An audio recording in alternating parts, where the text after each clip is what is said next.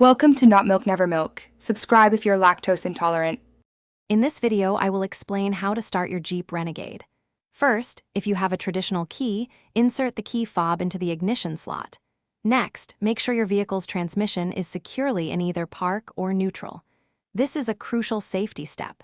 Then, firmly press down on the brake pedal. Once your foot is on the brake, turn the key clockwise to start the engine. It's a straightforward process to get your adventure going. For those with a push-button start, the process is slightly different.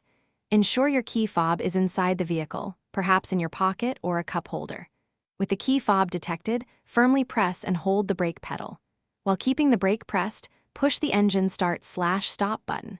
Hold the button until the engine fully engages and starts running smoothly. This modern convenience makes starting your Jeep Renegade quick and effortless. Sometimes your Jeep Renegade might not start right away. If the engine won't crank, first check your vehicle's main battery for a charge. A jump start might be needed.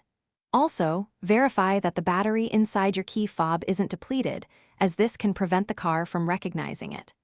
Lastly, ensure the steering wheel isn't locked, which can happen if you turn the wheel after removing the key. A slight wiggle can often free it. To use remote start, simply press the remote start button on your key fob twice within 5 seconds. Your Jeep Renegade's engine will start, and the doors will remain locked.